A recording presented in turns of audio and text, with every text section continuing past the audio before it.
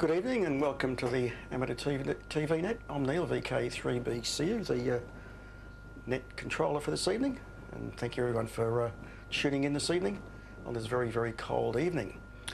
It was really great to see everyone last Saturday. It was really, really good meeting, and I counted at least 19 people there, so it was great to meet everyone. I don't know that I actually went and spoke to everyone individually, but anyway, we did see most of the people there, and everyone was welcome, even the guys that hadn't quite got up to transmit yet. Hopefully you'll be able to get to transmit very, very shortly. Now, stations that have checked in this evening via RF, VK3VRS, Richard, Mark VK3PI, Fred VK3ZAQ, James VK3HB, and John VK3JCO. So thanks guys for checking in. Now first up will be Peter VK3BFG. I can see his logo up already on RTV1, so get ready to switch to RTV1 very, very shortly. And Peter will be putting it across to VK3 CSJ, Clint. And so then Clint, you could put it back to me, and then I'll put it across to Ian eventually. So please get ready, switch across to RTV1 right now, and tune in for Peter VK3BFG.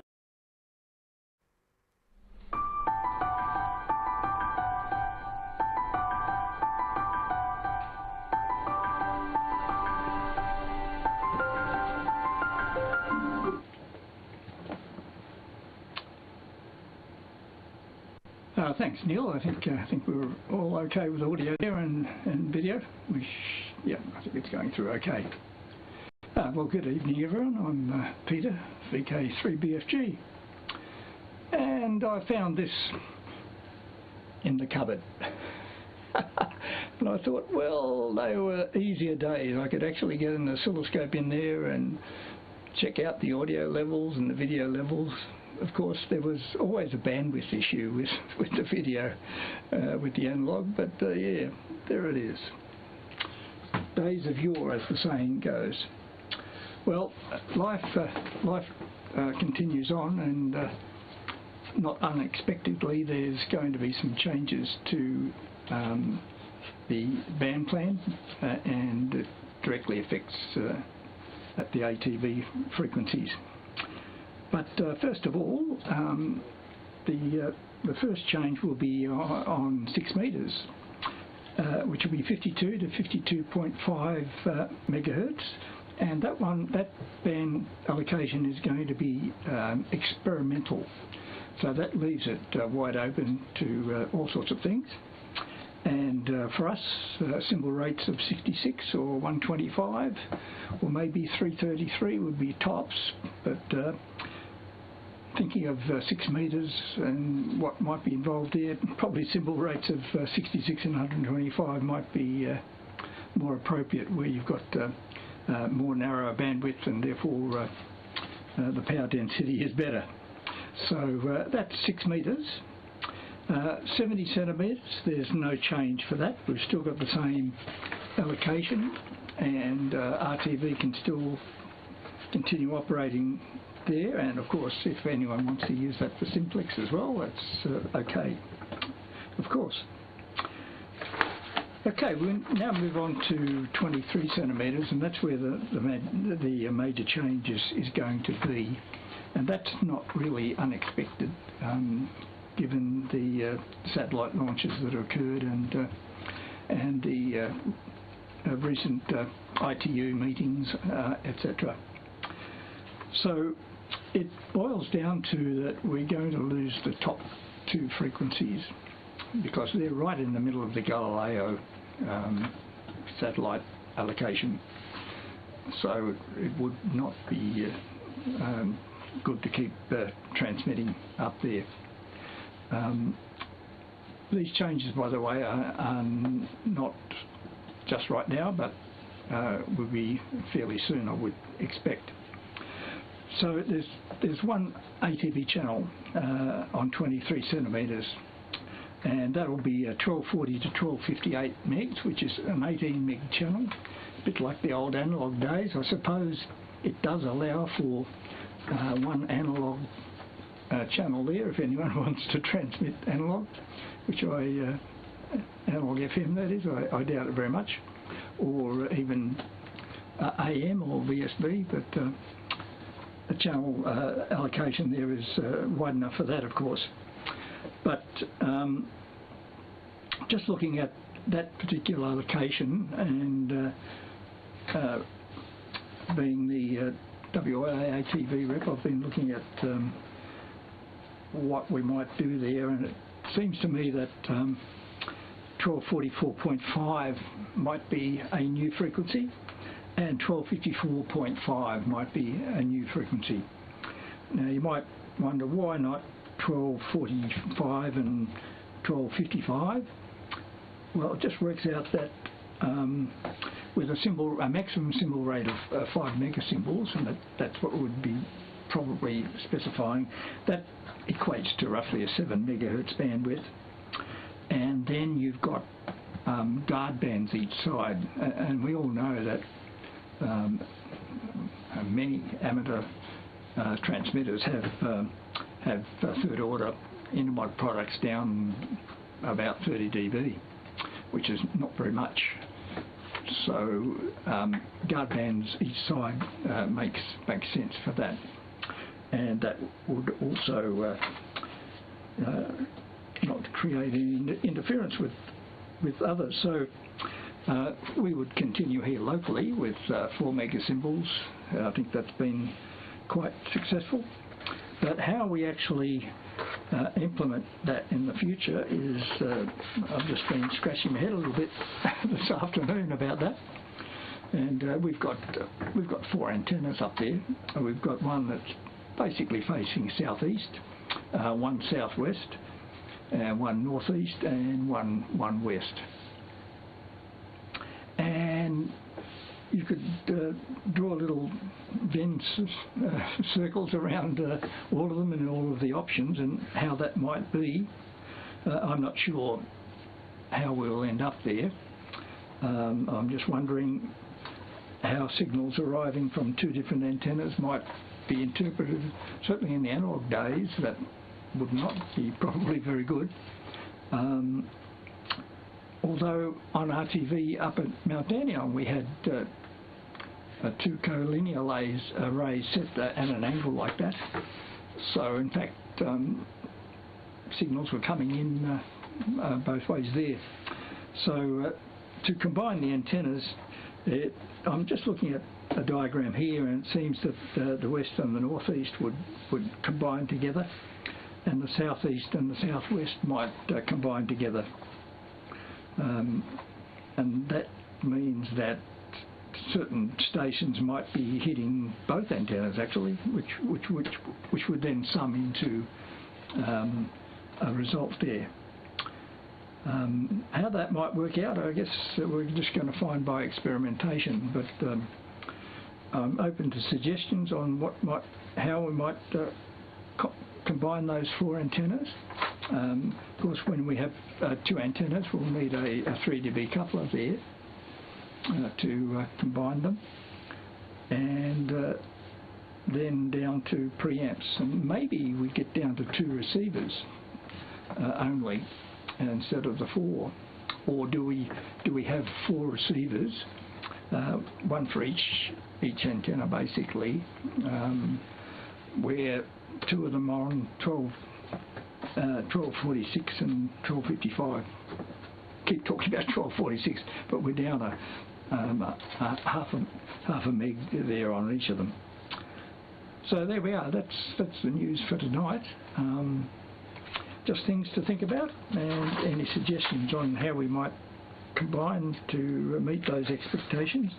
I don't think it's going to be too far down the track before we'll have to do that. If you look at the satellite allocations, basically what we've done is we shifted down into what would be allocated to the Russian Federation, and we think in Australia that's not going to be too important. But Galileo is obviously fairly important. So there we are. That's where we're at. So it looks as though it's over to Clint VK3CSJ. I think I'm on 1255 at the moment, Clint. So, but I am on DVBS. But I think the changeover is going to be not all that good. But if you come up transmitting now, we'll see how it works. So this is Peter, VK3BFG in Wantirna South. Over to you there, Clint.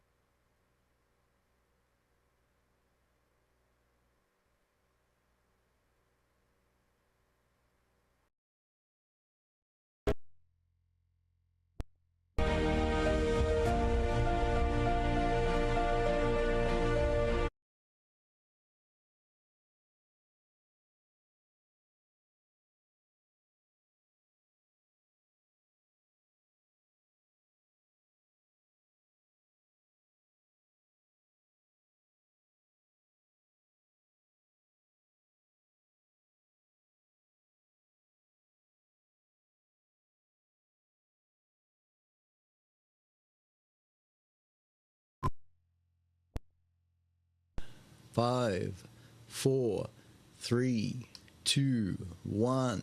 Over. Right. Good evening.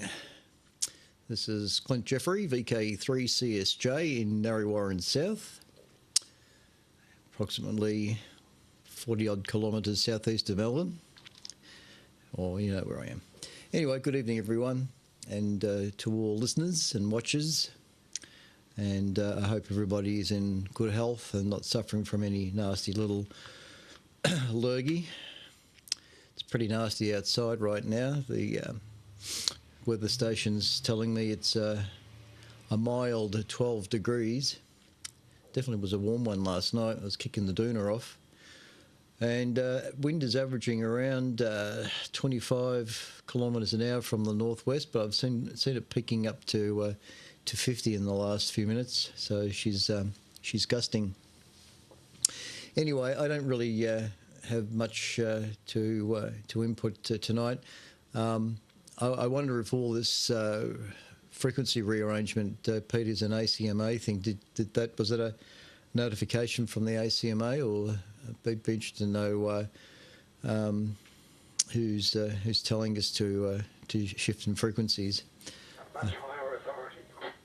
Right. What, higher than the ACMA? Anyway, all right. Well, whatever works out. I'm on 1246, so if that doesn't change, it's okay by me. But changing frequency is not an issue, I don't think. So let's see what happens, I suppose. Bit of a nuisance factor, all this sort of gunge that goes on. Anyway, like I say, nothing much really to report here. I just thought I'd come up with a video and say g'day to everybody that's watching. Probably the only thing I will show associated with my telescope. With the 8-inch Celestron telescope that I've got, the Cassegrain 8-inch CPC 800 telescope, which is currently in the dome. But I'm still waiting for a metal pier, a 600mm high metal pier to be made, and I'll be dynabolting that to the concrete pier, and once that's done, I can then mount the equatorial mount electric motor drive system, and then the telescope will be mounted on that, and everything will be basically computer controlled from that point. But at the moment, I have this 8-inch Celestron telescope, and I was mucking around with that till 4 o'clock on a Sunday morning a few weekends ago, and trying to use it in a manual configuration, which was very tricky. It's like, you know, it's for us amateurs when we have directional beams. If we don't have an antenna rotator, that makes things very awkward, especially when you're trying to get beam headings and you try and peak out signals, and you know, you can't do it without a rotator. We all know how important an antenna rotator is, and of course, if you're doing satellite work, of course, you really do need the elevation azimuth rotator system if you can afford that. and I've got that around here somewhere. There's probably about 10 years ago or more, I bought one of those from Ross with the intention of getting into satellite work, and it's still going to happen. I've got that rotator sitting down there somewhere, and I'm thinking of I've got two Nelly towers here, and one tower is got the HF system on it, an ATN log antenna, covers from for 13, 14 megahertz up to 30. Nice big antenna, and the other tower closer to the barn, closer to the shack, is basically the VHF UHF arrangement, i.e. 2 and 70 and 23, and that's about it. But I'm thinking of removing all that and putting the azimuth elevation rotators. What's the number? G5500, I think they're called. Anyway, mounting those directly to the top plate on the top of the tower, and thereby having azimuth and elevation control at a fairly decent height above ground. I've got two cross-polarised Yagis, which were called in their day the Oscar Hunters. And I've had those for ages, and I've been waiting to get to use the damn things. And it's been a devil of a job trying to keep them from being damaged, being on the ground for the time. And in fact, that's happened. There's been a couple of elements that have been slightly bent out of shape, not badly, but you know, they were virtually brand new when I got them. So I'm looking forward to getting the Oscar Hunters up there. Which will be good for all the current satellite systems, satellites that are going on. And of course, I think some of you know that I've got an IC 9500. So that's going to eventually be used from the microwave area. But I'd like to get some dedicated antennas up there too for those frequencies as well. Still making up my mind whether I'll in the first moment go mobiling on top of the hilltops. I'm not sure yet about that, but certainly I wouldn't mind putting them up on the tower on this rotating system, and so that at least from this location, you know, I can become a bit of a benchmark for those guys that go out on mad days. They can say, "Oh, let's just see how things are going at Clint's place," and turn your antennas towards Narre Warren South, and yeah, I can hear, and then you can change your antennas off. Anyway, that's the idea. But I'm looking forward to doing EME on 10 gigs at some point, the weak signal mode. Well, I'm not sure how I got onto that, but I don't know how I got onto that. What I was going on to say is that the Celestron telescope that I've got, the 800 8-inch unit, I was mucking around with it up until 4 o'clock in the morning down at the dome, and it was freezing. I thought, I know I'm interested in astronomy, and I know that I've been dying to get into optical astronomy and start doing astrophotography. That's the main thing I'm interested in, is the astrophotography, which means that I can stick the camera on the telescope and do everything remotely in the warmth of the room here. Anyway, the problem I was having that particular night was dew forming on the lens of the telescope, and I'd wipe it off, and within about 3-4 minutes it was back again, and I was dealing with this, and I thought, oh, this is not working. I mean, I'm struggling. I know where it started. I'm struggling to use the telescope manually, for one thing, trying to find objects. And I thought, no, I'll give this up. It's too cold. I'm fighting the dew on the front of the telescope, and I just have to wait until I can automate the telescopes with computer control. And that was the segue into talking about the azimuth elevation rotator. It's funny how that goes, isn't it? Anyway, what you can get for the front of your telescope, if you've got a telescope, is a dew shield. DEW, dew shield, and that's the dedicated Celestron shield. That's a cap to put on when you're not using it, but that comes off, and that basically sits on the front of the telescope, and that's designed to try and minimise any frost or dew forming on the front of the telescope, which it basically does. It makes the telescope look really big, but it's all that is a dew shield. And you know what I like about this particular dew shield is that it has a port here on the side. Can I get it in shot here? For when you can place a camera on the front of the telescope. Traditionally you would place the camera on the back of the telescope with the eyepieces, and but with the Celestron telescope design, you can actually apply a camera to the front of the telescope. I think you can all read that. So what that does is that allows all the cables, with the camera mounted at the front of the telescope, it means that there's cabling that comes down and in front of the system. So that allows for those cables to come through and outside. So I figured it was important to have the proper thing.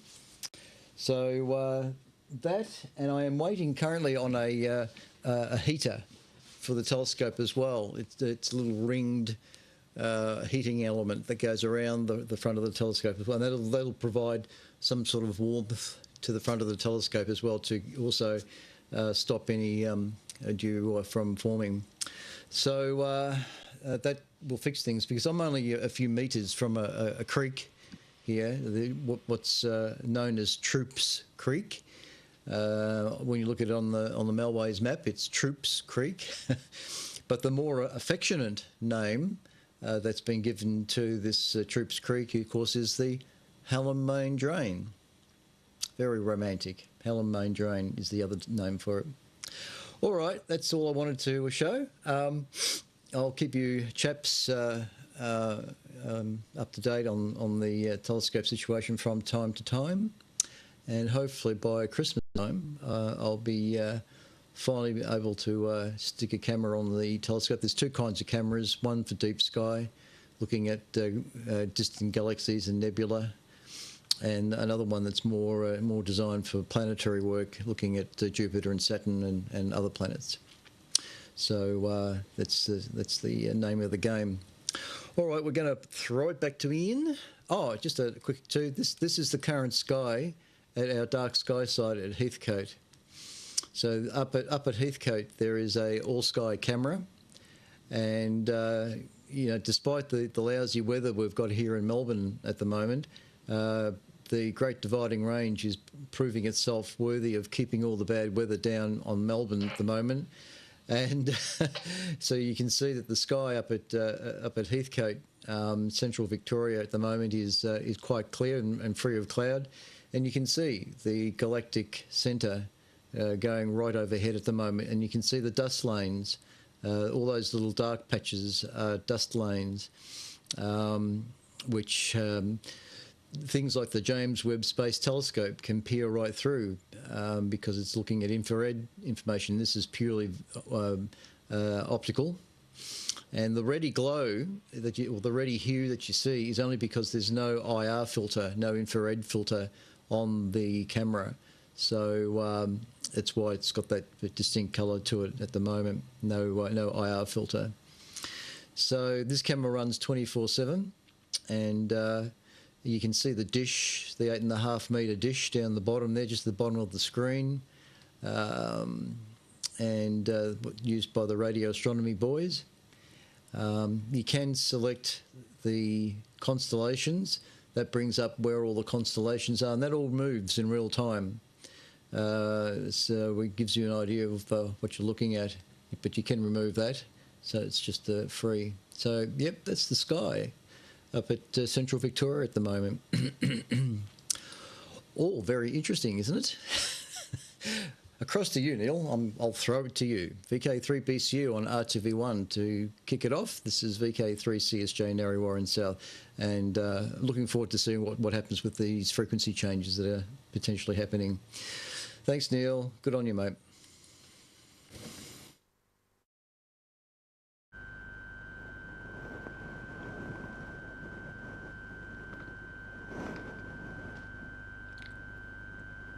Right, thanks, Clint. And that's really interesting with the telescope. I've got audio, that's good. Last week I mentioned how I was going to buy one of these, or had ordered one of these UVC adapters to HDMI. And what that does is it takes a webcam type input, which is UVBC, which is not a normal standard. It converts it to HDMI. Now, traditionally, if you've got a webcam, you've got to go through a computer and go like through OBS or vMix or some other program. So you've got to funnel a USB camera to through a computer. So you can put it through this little box, and they're available on AliExpress. There we go there, and you can use cameras like, say, like the Osmo 3, and convert that to HDMI and put it straight into your transmitter through this little box without going through a computer. So that's really, really convenient. So that does work. So I thought I'd mention that for people who've got USB cameras or maybe an Osmo 3. Okay then, so we're ready now to switch across to Ian, VK3QL. I'm on S today, Ian, so it should be a very clean cutover. So please everyone stand by for Ian, VK3QL. Take it away, Ian.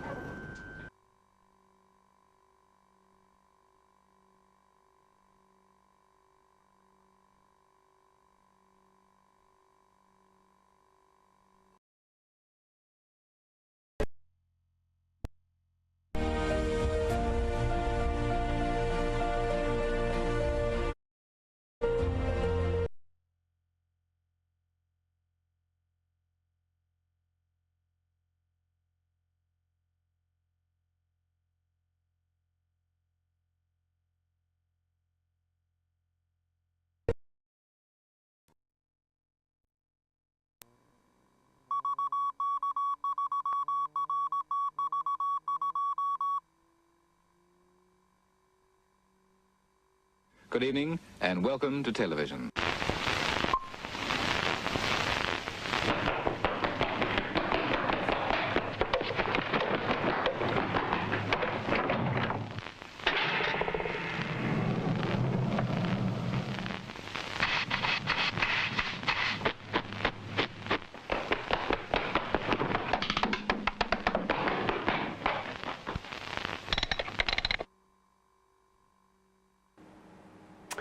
Great. Oh, I think that was the same one as the backdrop was the same as last week. But anyway, I had set up another one, but it's decided not to show. All right, all good. Thanks, Clint. And yeah, that was very, very interesting. The night sky up across the other side of the Great Divide, and your experience with the cooler weather at 4 a.m. in the morning. Good stuff. And Peter, thanks for the update on the frequency changes. Yeah, so I don't see that big problem.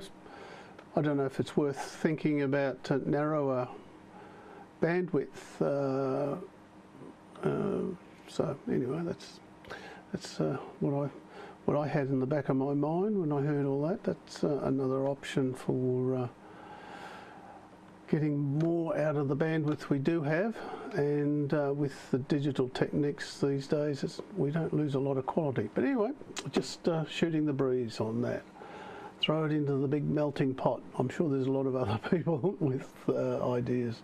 All right, the first cab off the rank for me is Roger, VK3IUZ again, with the part 3 on, he added a little bit on OB broadcast vans in the late 50s, and so I thought I'd share that short bit with you, and then I might, if I remember when we come back, is check out who's come up on YouTube. We've got about 15 at this stage, so that's all good. Catch you later on the other side of this segment. Right, now that, if I can just zoom in on it, if you look, the camera is split at this point here. So the viewfinder was a separate unit from the main camera body, which of course was again and the zoom lens was separate, and the frame was separate. So when you did a rig, you took all the bits up one at a time and put them together. And yes, they were very heavy. Not as heavy. This is the 3-inch image orthicon, the Mark II. The ones you saw last week from Gloucester Green Studio, those were the Mark III Marconis, and those were seriously heavy. Really more than a two-man lift, even without the lens turret on. So not good news.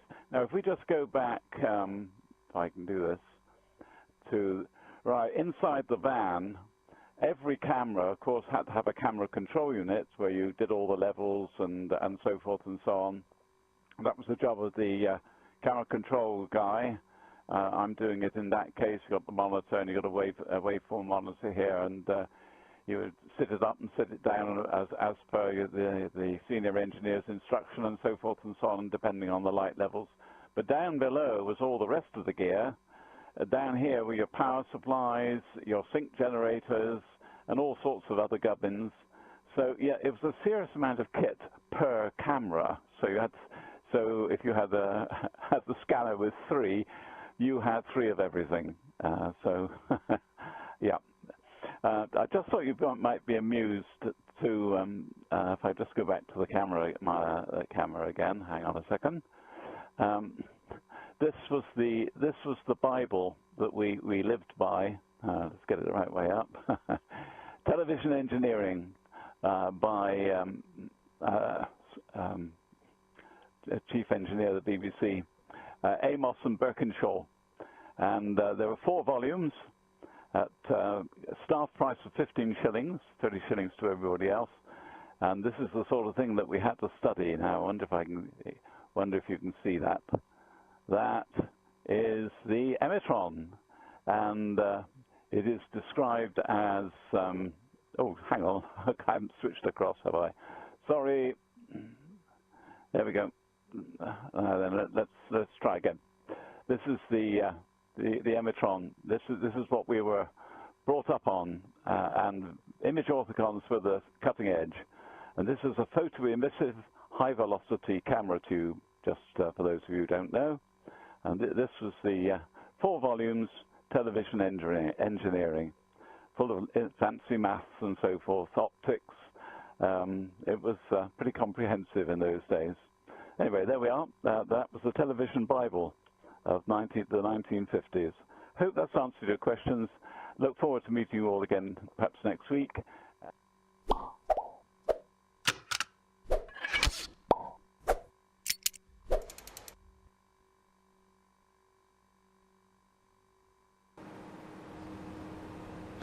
G'day. This week's digital TV repeater whistle-stop tour takes us to the sunny southern state of South Australia. Sitting nearly 1,000 kilometres west of Melbourne, it's home to the vibrant DATV community in the coastal regions of Whyalla and Port Perry. At the heart of the action is VK5RDC that comes alive most weeknights from 7:30 local time.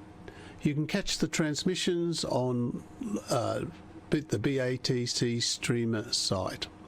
And when it comes to weather, Whyalla often enjoys sunnier skies and warmer temperatures than our southeastern neighbours. So let's take a look at the 5-day forecast.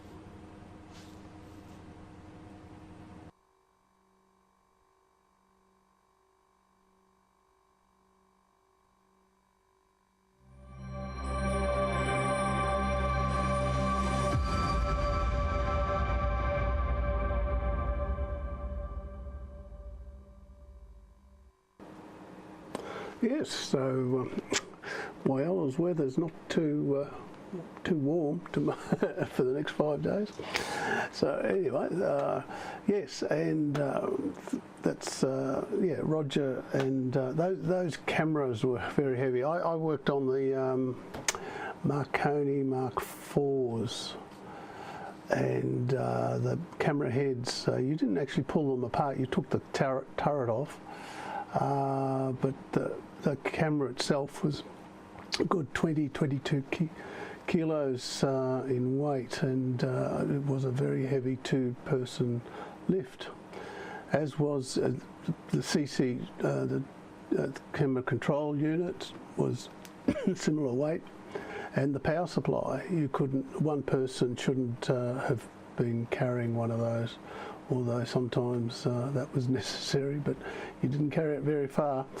They were all about the same weight, those three modules, and that was for one camera, and if you had 3 cameras, you had 3 lots of that.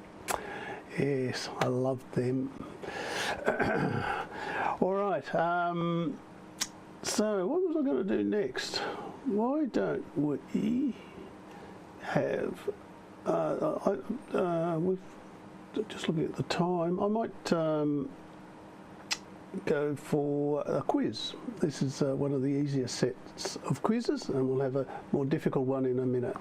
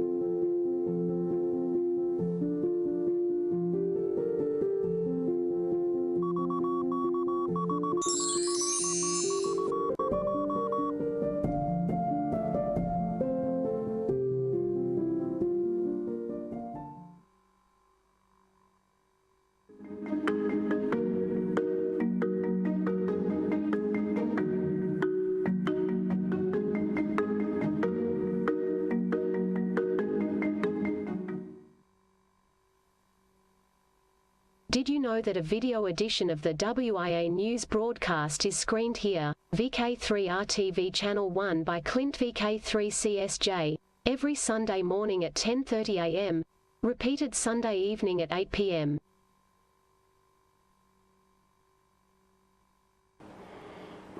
Great.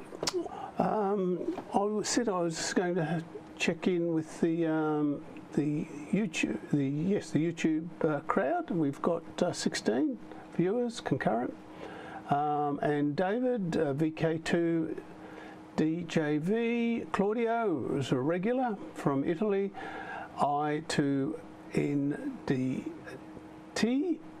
David, VK, that's mentioned David, Vince, VK3YVS, and Bronson, the cat, has been inspired by you, Clint, to get his all-star camera going. So he's using the poor excuse that he's been too busy. That's not good enough. No, very good. Now, I meant to roll on from the segment on VK5 RDC, this segment. So, sorry, the font, I've actually made these up a bit, the font size is a bit small, but sorry about that. But a bit of news from the west of us is with the VK5 RDC. It's being rebroadcast by a Adelaide station, Yeah, since October 2024, last year, and so it's got a reasonable installation, 50 watt into a four-way split, 4 elements, 30 watts, sorry. So that's the story there, and we'll just go on to the next slide. Steph VK5FQ, sorry, is the station, and Steph is linked into the SRT stream from Roger's installation, and I believe that Bevan has been instrumental in getting this all together from the Whyalla side of things. The operating schedule's there. So when you see VK5FQ in the BATC stream, you might have a check that out.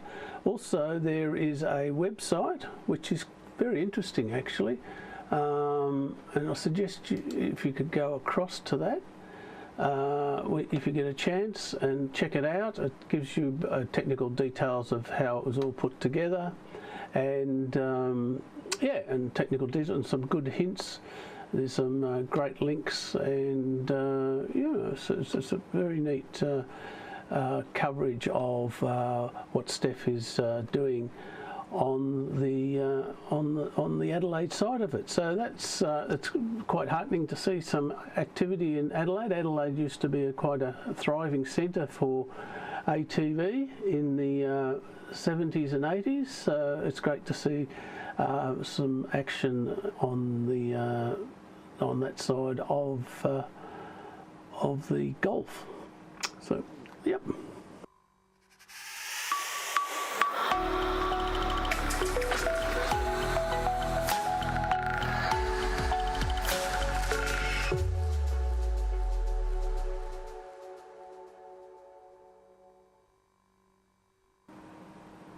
Right, now, why don't we touch on, I'm just trying to think what's going to happen here. I've got a new preset and I'm not quite sure how I've set it up, because the preset worked but the running sheet that comes out of it didn't, so I'm running a bit blind. Anyway, let's see what transpires with the, I think it's the more difficult quiz.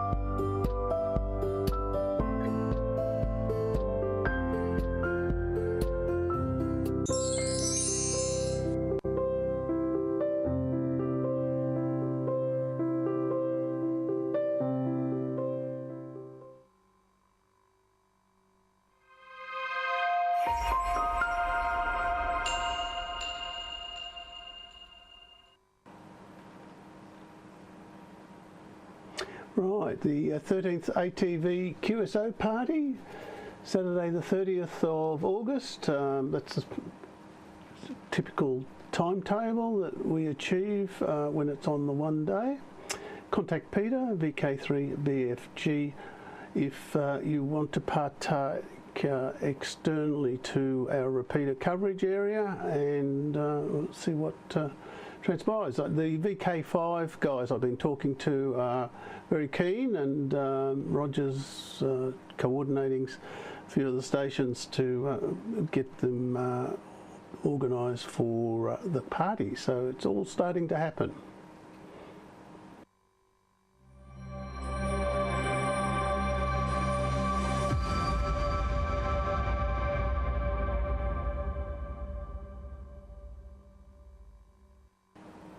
Right, so that's all I've got. I believe Mick, VK3CH, is in Doncaster, is next. So I'll give him a couple of, well, he'll have a couple of minutes, oh, not a, well, 1 minute anyway, to get ready, and we'll see you soon on this same channel, Channel 2. So here's my outro, and Mick is next.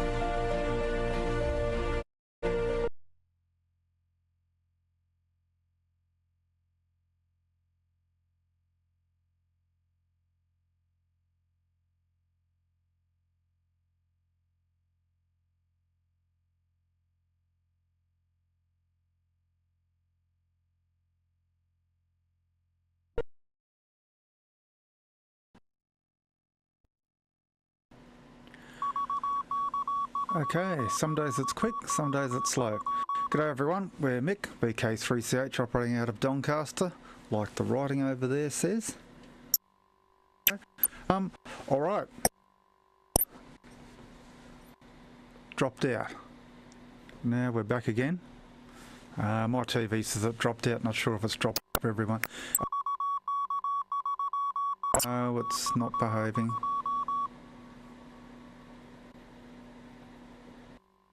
Alright.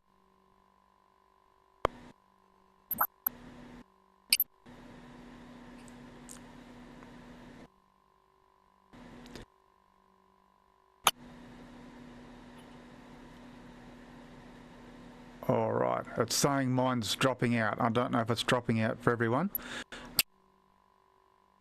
Oh no, it's no good.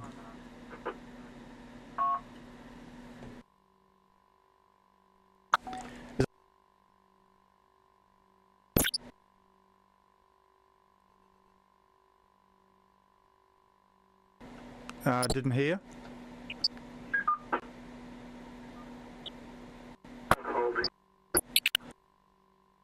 Holding. Okay, Neil. It's not making. Very well received here in Adelaide. I got an email. Yeah, it's a shame, Mick. Not quite making it. It's a real shame there. Maybe you just need a couple more dB. I'm not sure what sort of amplifier you're using. Maybe slightly more power may help. So maybe, look, what I'll do is I'll just give it a few minutes. Maybe you can give it another go. Talking about 5 RDC. It's 5 RDC live at the moment. So Ian mentioned it, so it looks like there's quite a few stations coming up. I've been watching it for the last 5 or 10 minutes, and there's quite a few stations on that repeater, so that's good that there's other activity in other states. So Mick, do you want to just give it one more go, and we'll see how we go, just in case it's come good. So try again right now, Mick. I'm on T, so it should be a very, very quick changeover. So go right now.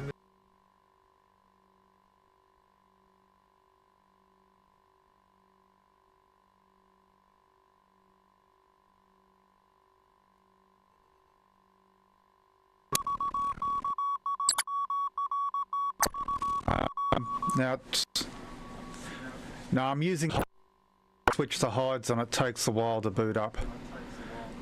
Alright, it says it's holding.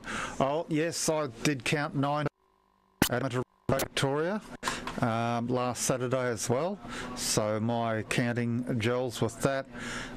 Took a whole heap of pictures, I put them in the news. Really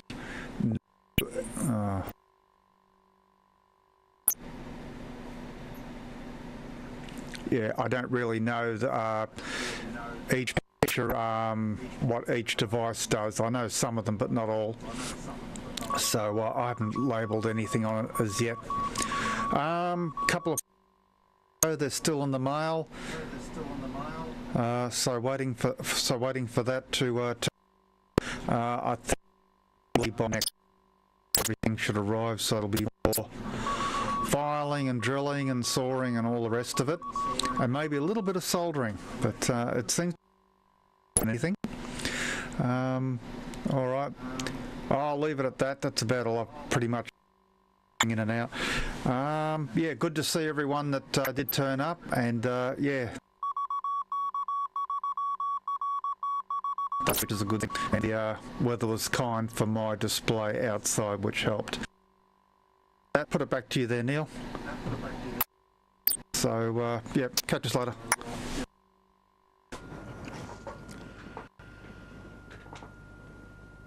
Okay, thanks, Mick. It was worth a try. Hopefully you'll be able to come up next week. And as I said earlier, it was really great to catch up with everyone last Saturday. Hopefully we can do it in, say, another six months or so. So thanks for watching, everyone. We've still got 19 on Ian's YouTube feed, so that's fantastic. So we'll see you all next week, and thanks for watching. Cheers.